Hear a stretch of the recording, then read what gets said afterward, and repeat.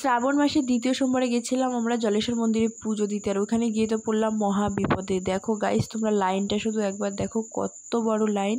পাক্কা 10,000 লোকের পেছনে পড়েছিলাম লাইনে, এত লম্বা লাইন।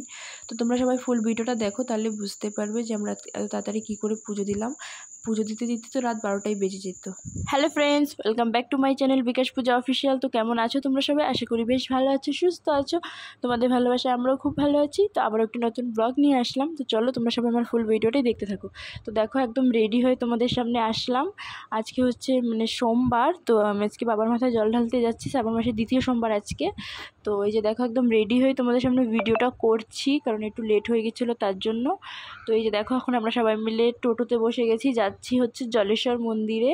তো আমাদের এখানে তো জলেশ্বর মন্দির খুবই ফেমাস, আর সবাই জলেশ্বর মন্দিরে যায় পুজো দিতে। তো একটু ভয়ও করছিল যে ভিড় কেমন হবে, যেহেতু ছোট বাচ্চা ছিল তার জন্য।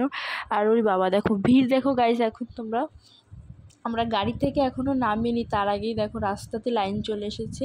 আর তোমাদের একটু পরে আমি ভালো করে দেখাচ্ছি লাইনটা, কতটা লাইন কি।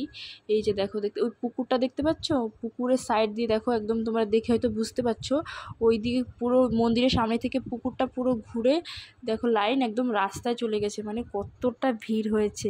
তো এখন আমরা সবাই মিলে মন্দিরের ভেতরে যাচ্ছি। আর এটা হচ্ছে মন্দিরের মেন গেট, এটা দিয়ে সবাই ঢোকে। আরও অনেকগুলো গেট আছে অবশ্য। তো এই যে দেখো এখন এইটা দিয়ে মন্দিরের ভেতরে আমরা ঢুকে পড়লাম। এখন ডালা কিনে নেব, আমরা যেহেতু বাড়ি থেকে কিছু নিয়ে আসিনি, এখান থেকে নেব বলে। তো এখন ডালা কিনে তারপরে যাব লাইনে দাঁড়াতে। এই যে দেখো তোমাদের মন্দিরটা একটু ঘুরিয়ে দেখাই। এই যে দেখো সব দোকান টোকান বসেছে, আর কতটা ভিড় হয়েছে দেখো। এই যে দেখো আমাকে কেমন লাগছিল অবশ্যই কমেন্ট করে বলো গাইস।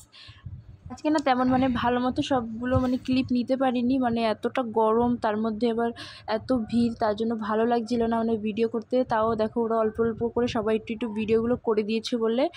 আর সবাই আমারই ভিডিও করতে একদমই ইচ্ছে করছিল না বলেই তো যাই একটুখানি ভিডিও করেছি, ওটাই তোমাদের সাথে শেয়ার করছি।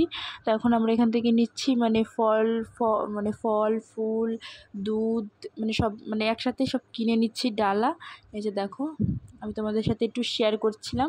আর এই যে দেখো এটা আমার সোনু পাপাটা, ও না গাড়িতে ঘুমিয়ে গেছিলো, তার জন্য দেখো ওর মনটা বেশ ভালো নেই। আমার বোনকে বলছিল হাই করার কথা, কিন্তু ও হাই করবে না, ও গাড়িতে আস্তে আস্তে ঘুমিয়ে গেছিলো। তো এখন সবে ঘুমটা ভাঙলো, তার জন্য ওর মনটা ভালো নেই আর কি। তারপরে এই যে দেখো লাইনটা দেখো গাইস একবার, তোমাদের পুকুরটা দেখো পুরোটা ঘুরে একদম লাইন এসেছে, দেখতে পাচ্ছ?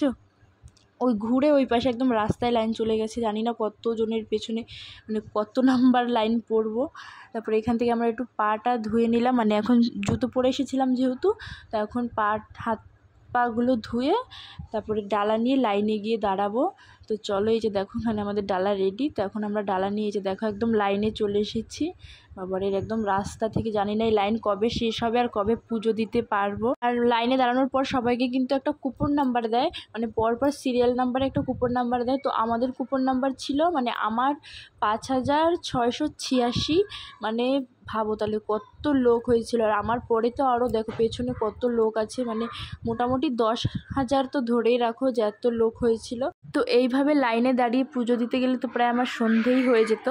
তো আর এইভাবে আমি পুজো দিতে পারতামও না, কারণ আমার যেহেতু ছোটো ছেলে ছিল, তো ওরে এরকমভাবে টানা রোদে দাঁড়িয়ে ওকে কষ্ট দিয়ে না খাইয়ে না পরিয়ে না খাইয়ে দাইয়ে এরকম আরও গরমের মধ্যে ওরও শরীর খারাপ হয়ে যেত। আমি এরকমভাবে হয়তো পুজো দিতেই পারতাম না। হয়তো নিচে একটা নাগ মূর্তি ছিল, তো ওইখানে ভিড়টা অল্প থাকে, তো ওইখান থেকে জল ঢেলে হয়তো চলে যেতাম বাড়িতে। তো দেখো সব ঠাকুর একই মন থেকে যেখানে পুজো দেবে সেখানেই তোমাকে হয়তো ঠাকুর দেখবে, সে বড় মন্দির হোক আর ছোট মন্দির হোক। তো যাই হোক, এই যাত্রায় ভোলে বাবার জন্যই বেঁচে গেলাম। তো আমরা যখন লাইনে দাঁড়িয়েছিলাম, তো একটা কাকু বললো যাদের নাকি ছোট বাচ্চা তাদের আগে পুজো দিতে দিয়ে দেয়, বলে তোমরা মন্দিরে যাও, ওখান থেকে কুপন দিয়ে আগে আগে পুজো দেওয়া দিয়ে দিতে দেবে আর কি। তো তার সেই মতন আমরা আসলাম। তো আমাদের বললাম ছোট বাচ্চা ছিল যেহেতু, তো আমাদের কুপন দিল। আমরা পুজো দেওয়া হয়ে গেছিলো তাড়াতাড়ি, ওই 10 মিনিট মতন দাঁড়াতে হয়েছিল। তবু তো ভালো না, সে 10 মিনিট দাঁড়ানো আর সে পাকা 4-5 ঘন্টারও বেশি দাঁড়ানো। তো এটা কিন্তু আমি আগে থেকে জানতাম যে এরকম কুপন যাদের ছোট বাচ্চা আছে তাদের এরকম পুজো দিতে দিয়ে দেয়, কারণ আগেরবারও আমি এরকমভাবেই পুজো দিয়েছিলাম। মানে আসলে যারা পুজো কমিটির লোক থাকে না, তো তারাই মানে যাদের একটু বয়স্ক বা অসুস্থ ছোটো বাচ্চা যাদের থাকে তাদেরকে এরকম অফিস ঘরে পাঠিয়ে দেয়। ওইখান থেকে কুপন নিয়ে ওরা তাড়াতাড়ি পুজো দেওয়া হয়ে যায়। মানে মানে কারো যেন কোনো অসুবিধা যাতে না হয় আর কি। মানে যারা তো সুস্থ তাদের কথা তো বাদই দিলাম, মানে যারা একটু অসুস্থ মানে বয়স্ক টয়স্ক, তবে ছোটো বাচ্চাগুলো তো অসুস্থ হয়ে যাবে না এত টানা রোদের মধ্যে, তার জন্য ওরা এরকম একটা সিস্টেম করেছে। তো সিস্টেমটা ভালোই, তো আমাদের তাড়াতাড়ি পুজো দেওয়া হয়ে গেছিলো। তারপরে এই যে দেখো এখানে পুজো টুজো দিয়ে এখানে আমরা একটুখানি এসেছিলাম মেলা ঘুরতে। তারপর মেলা টেলা ঘুরে এই যেখানে বসে রয়েছি, তো একটু পরে আমরা বাড়ি চলে যাব। তো আজকের ভিডিওটা আমি এখানেই শেষ করছি। আজকের মতন টাটা, সবাই ভালো থেকো।